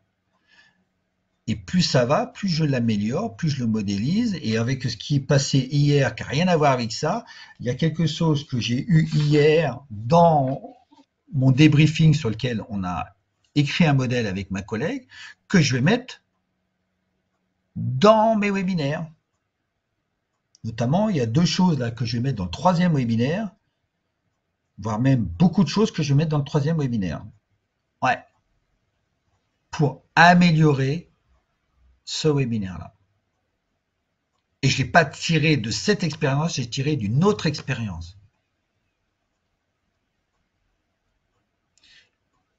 On a fait une présentation qui n'a rien à voir avec ça, mais de cette présentation qu'on a fait hier, on en a tiré des facteurs de réussite, donc des différences qui font la différence. Et moi, je vais tout de suite les mettre dans le 3e webinaire de cette série-là. Parce qu'une fois que vous avez un facteur de réussite, mais utilisez-le. Si vous savez qu'en mettant, je ne sais pas, la poudre de perlimpinpin, vous allez avoir à chaque fois un super résultat. J'ai un truc sur mon téléphone là. Il y a un fruit qui est miraculeux. C'est vous le mangez, mais après, au bout de 10 minutes, vous mangez n'importe quel fruit, le goût il est sublimé. Même, vous savez, un truc qui est, on va dire, allez, une fraise espagnole. J'ai rien contre les fraises, mais vous voyez ce que je veux dire? Vous mangez ce truc-là, qui est un fruit exotique, je ne sais plus, je laisse sur mon téléphone. Hein. Et ben, vous prenez quelque chose qui n'a pas de goût, mais ben, c'est un peu ça. Facteur de réussite, c'est ça. Une fois que vous l'avez, mais utilisez sans modération. Et surtout, testez. Testez, testez, testez. Là, c'est un processus, c'est un principe de marketeur, c'est tester. Et en coaching, on dit oser. Qu'est-ce que vous risquez? Rien. Vous risquez que ça aille mieux. Voilà. Quelles sont vos questions?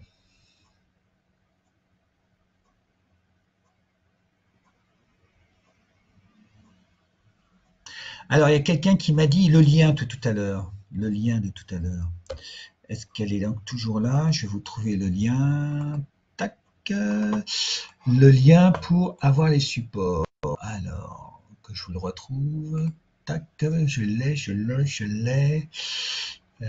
sais plus où je l'ai peut-être là. Support webinaire. Hop.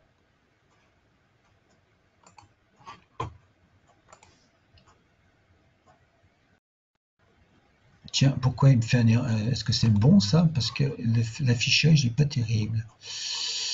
Attendez, je vais te répondre.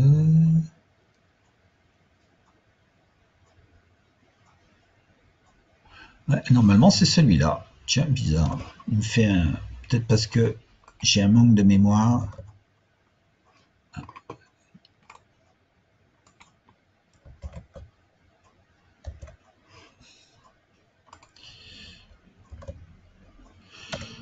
Normalement, ce lien-là, il est bon. Il me paraît long quand même. Il me paraît long. Ouais, c'est peut-être un problème d'affichage. Voilà. Quelles sont vos questions?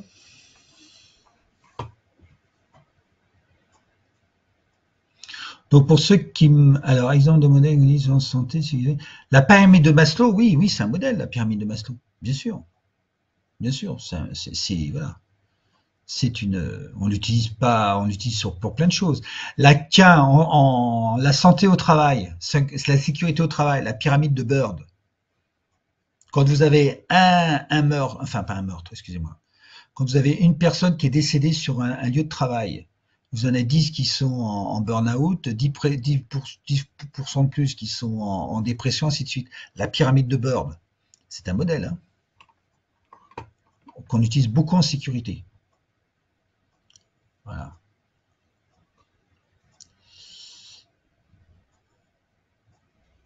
Okay. Est-ce que le modèle que je vous ai mis, par exemple, pour l'état crash, est-ce que ça vous parle? Je sais pas, il y avait Carole, il y avait Donato, voilà. Est-ce que ça vous a parlé? Ouais, voilà. Mais des modèles, j'en ai tellement. Hein. Les gens ils disent mais qu'est-ce que tu fais? Ben, après, moi j'ai fait sur papier. Après je les mets, vous voyez, je les mets sous Excel parce qu'Excel c'est, vous avez les facteurs de réussite, vous mettez le truc, voilà. Au départ, je l'ai fait vite. Moi, ça va vite, donc il faut que je les fasse d'abord sur papier parce que sur papier aussi c'est important. Et puis après, je les mets proprement parce que après, dans mes formations, ben, ils sont propres.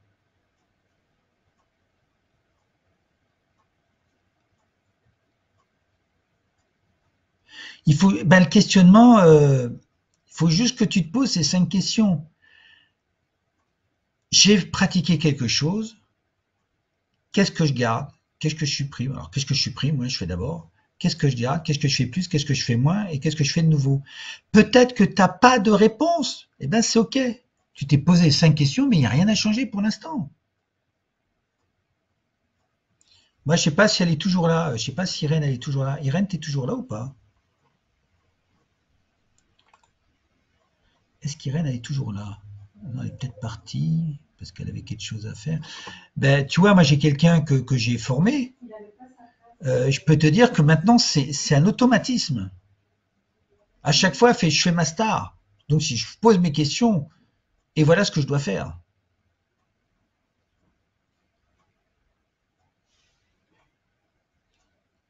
Ben, le modèle, c'est d'écrire tes facteurs de réussite.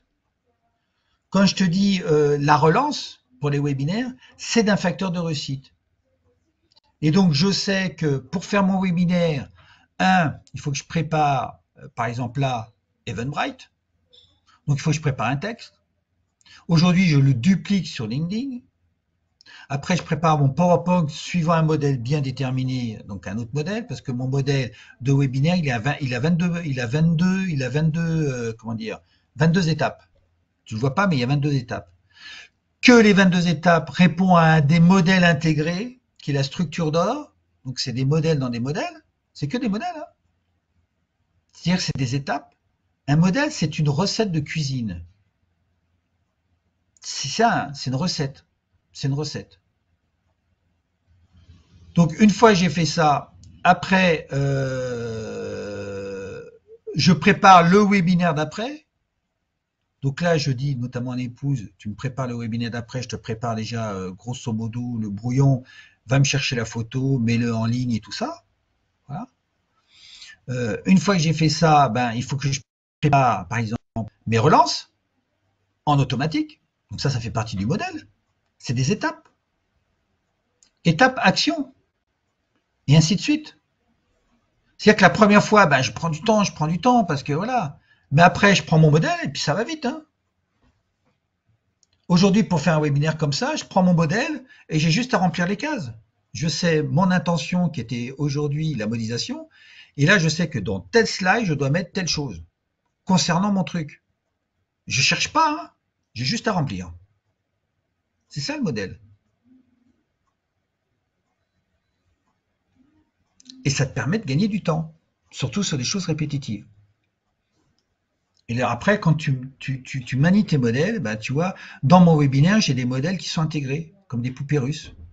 La structure d'or, pourquoi, quoi, comment, action, il est systématique, plus ou moins, en fonction des choses. Et quand on va faire par exemple sur LinkedIn, pour amener les gens dans mon webinaire, j'ai un modèle pour faire mes carousels ou mes gifs qui permet d'envoyer les gens sur Eventbrite. Donc c'est des modèles tout ça. C'est que des modèles. Mais si je me dis pas à chaque fois que je fais un webinaire, bon alors comment je vais faire? Parce que alors là, là il me faut 15 jours pour préparer un webinaire et j'oublie des choses. Aujourd'hui, le prochain webinaire, il a été prêt hier, en 1 heure, il était fait, quoi. Maintenant, c'est un automatisme. Tac, tac, tac, tac. C'est facile, hein? T'as un truc qui est vierge, un modèle vierge, tu dis là, il faut faire ça. Ok, bah je fais ça. Là, je fais ça. Là, je fais ça. Là, je fais ça. Donc ça va vite, hein? Est-ce que j'ai... Euh, Carole, est-ce que j'ai répondu?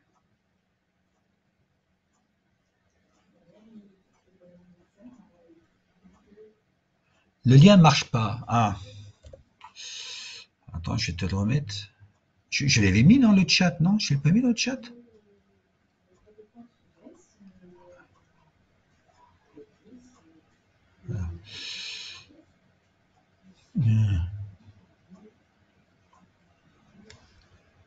Hein, est-ce que... Alors, attends. Carole, est-ce que tu comprends le modèle là? Tu m'as dit oui, non tout à l'heure.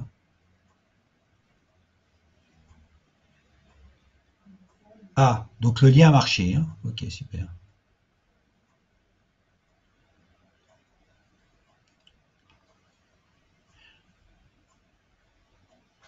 Intéressant, un second webinaire avec un exemple concret qui pourrait le compléter. Mais des exemples, je vous en ai donné plein. Hein. La transformation du Scratch, comment je fais mes webinaires, comment je...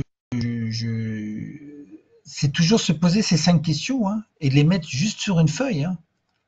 Il ne faut pas compliquer. Hein. C'est tellement simple que les gens, enfin, qu'en général, ils compliquent. Posez-vous juste ces 5 questions-là, mettez-les sur une feuille et à côté de chaque facteur de réussite, vous mettez une action à faire ou un comportement à changer. Tiens, ben, par exemple, je dois dans celle-là écouter plus. Ben ça, c'est plutôt un comportement qu'une action. Enfin, c'est une action comportementale, on va dire. Comme ça, on a les deux. Et vous faites. C'est ça un modèle. Hein. C'est de se poser les questions, d'identifier un facteur de réussite et de dire quelle action ou comportement je dois faire pour que mettre en œuvre ce facteur de réussite. Ça s'appelle catalyser un facteur de réussite. C'est pas juste d'identifier. Le modèle, ça serait les ingrédients de votre recette. Je veux des œufs, de la farine, voilà. Et après, derrière l'action, en 1, je verse la farine, ou en 1, je tamise la farine, en 2, je casse les œufs, je sépare le jaune des œufs, enfin le jaune des blancs, en 3, je fais bouillir mon lait, etc. Donc en face, enfin, les facteurs de réussite, tu as des actions dans un certain ordre. Et si tu fais ça, logiquement, ta recette, elle est inratable. Souvent, c'est qu'on n'a pas un petit truc. Ce qui se passe souvent, vous avez des grands-parents et puis ils te montrent une recette. Tu dis, ouais, c'est super. Mais tu as oublié d'identifier un petit tour de main.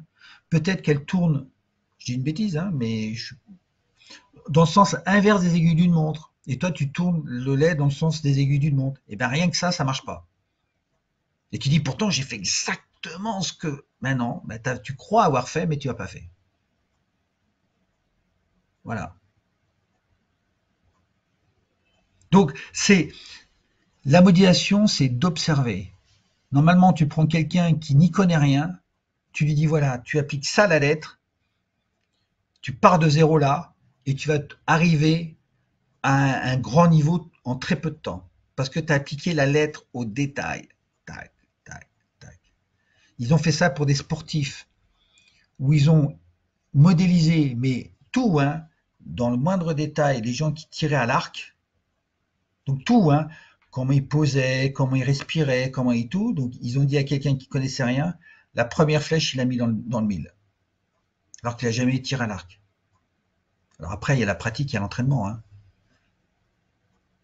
Oui, j'en ai des tas de modèles, ouais. Ouais, j'ai que des modèles. Ouais, les gens me disent, bah, t'as que des modèles. Bah, je dis oui.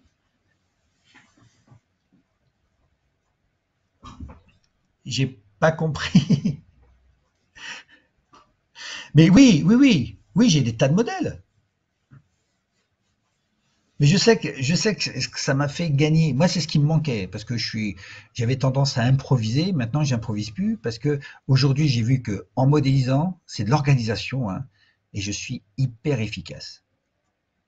Et donc, je gagne du temps, je gagne de l'énergie. Et moi, qui suis un feignant de première, si je peux faire moins en étant plus performant, j'achète. Voilà. Chaque fois, je dis ça. Hein, voilà.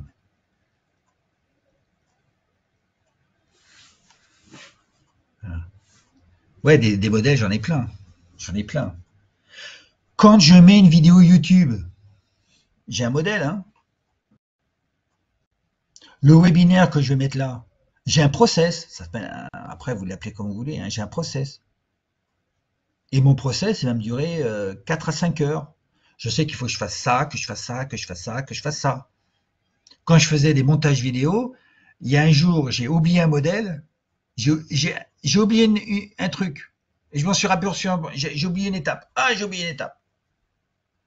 Ça m'a pris 3 heures, alors que si je l'avais fait, ça m'avait pris 5 minutes. J'ai pas respecté le modèle parce que j'ai pas regardé le modèle. Ah, j'ai voulu être plus malin que le roi. Hein. Je sais pas si tu dit, mais voilà. Oui, en faisant des modèles simples, parce que quand ton modèle est trop grand, à un moment donné, tu fais des sous-modèles. Par exemple, quand je fais un webinaire, j'ai le webinaire, tu pourrais dire, tiens, j'ai un modèle pour avant le webinaire, c'est-à-dire tout ce qui est communication.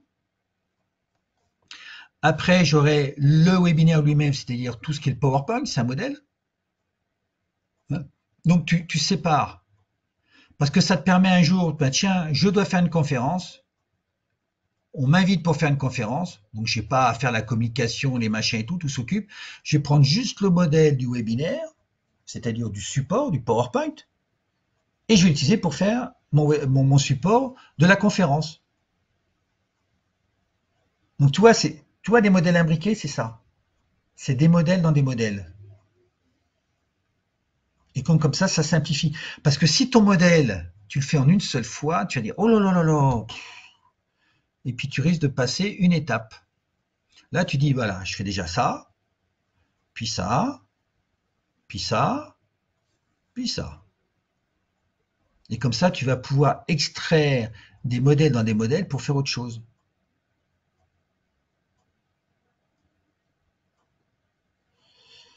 Tu m'envoies, alors, oui, je sais que je suis pas à jour sur, mais je vous enverrai. Tu m'envoies un petit mail et je te l'enverrai.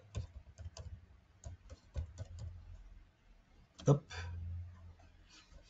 voilà. Je sais que je suis en retard, voilà.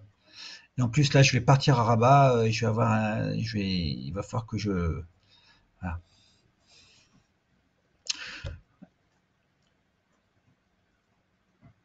Et malgré tous les modèles, tu vois, il y a des fois, c'est toujours amélioré. Voilà.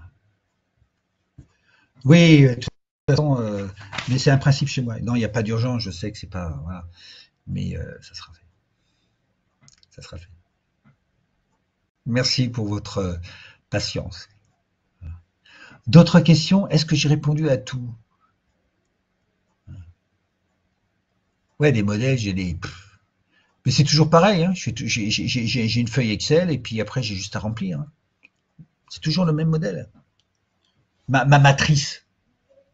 Quand je fais une facilitation en échéance collective, j'ai un modèle avec le timing et j'ai déjà des étapes qui sont déjà mises. Celles-là, il faut que je les mette parce que de toute façon, c'est obligatoire, donc je les ai mis. Donc au lieu de reprendre une feuille blanche et de remettre les étapes et oublier une, je prends un modèle qui est déjà fait et j'ai juste à remplir. Je ne sais pas si vous voyez mes replays. Il y a ce qu'on appelle un time stamp, excusez-moi pour l'anglais. C'est-à-dire, à telle seconde, si vous appuyez, vous arrivez à telle chose, à telle chose, à telle chose. Hein, regardez, je vais vous montrer. On va prendre un exemple.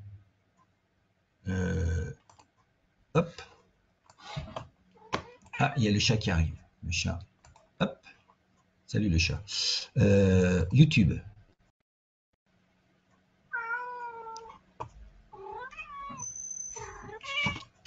Tu veux dire bonjour?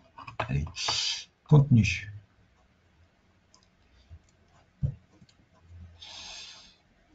Tac.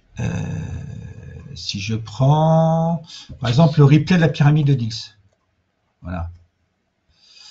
Vous voyez, alors, je vais l'envoyer et je vais l'arrêter. Voilà.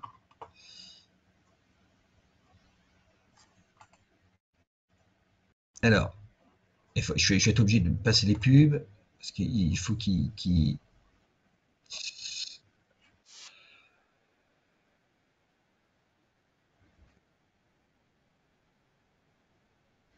Voilà.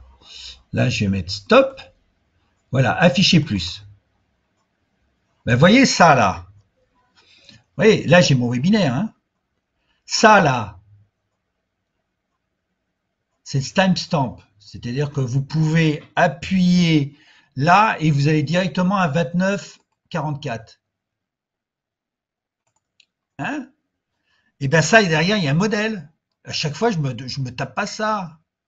C'est que derrière, j'ai prévu un modèle, une matrice, où j'ai à remplir. Parce que alors là, je passerai combien de temps?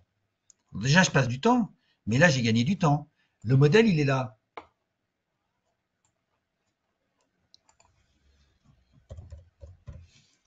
Hop, ouais, j'ai mon modèle qui est là. J'ai mon modèle qui est là, copier-coller, et après, je prends ça et je l'adapte à mon webinaire. Donc, mon modèle est déjà fait. C'est une matrice vierge, enfin qui n'est pas tout à fait vierge, et que je vais mettre, et j'ai juste à remplir très peu de choses.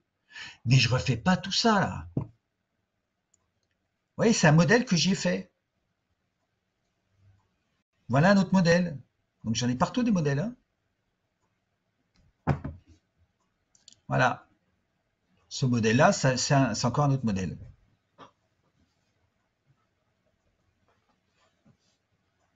Ah, mais la modélisation, c'est un régal. Hein. C'est un plaisir. Hein. Et ça reste simple.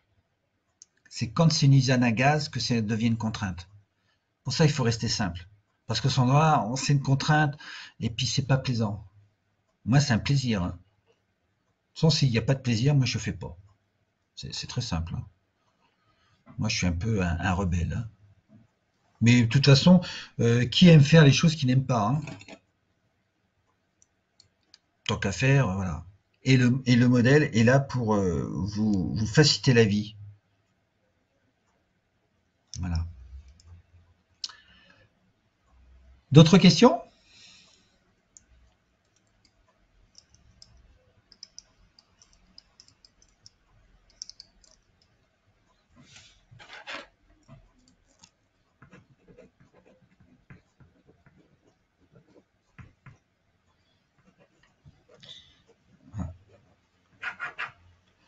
Alors, s'il n'y a personne, ben, je vais faire comme d'habitude, je vais compter jusqu'à 3. Et s'il n'y a personne qui a des choses à rajouter, une question ou un partage, eh ben, je vais vous souhaiter une très belle fin de soirée. Voilà. Et puis, je vais vous souhaiter aussi, peut-être en avance, un bon week-end. Et puis, j'espère vous retrouver la prochaine fois pour le leadership.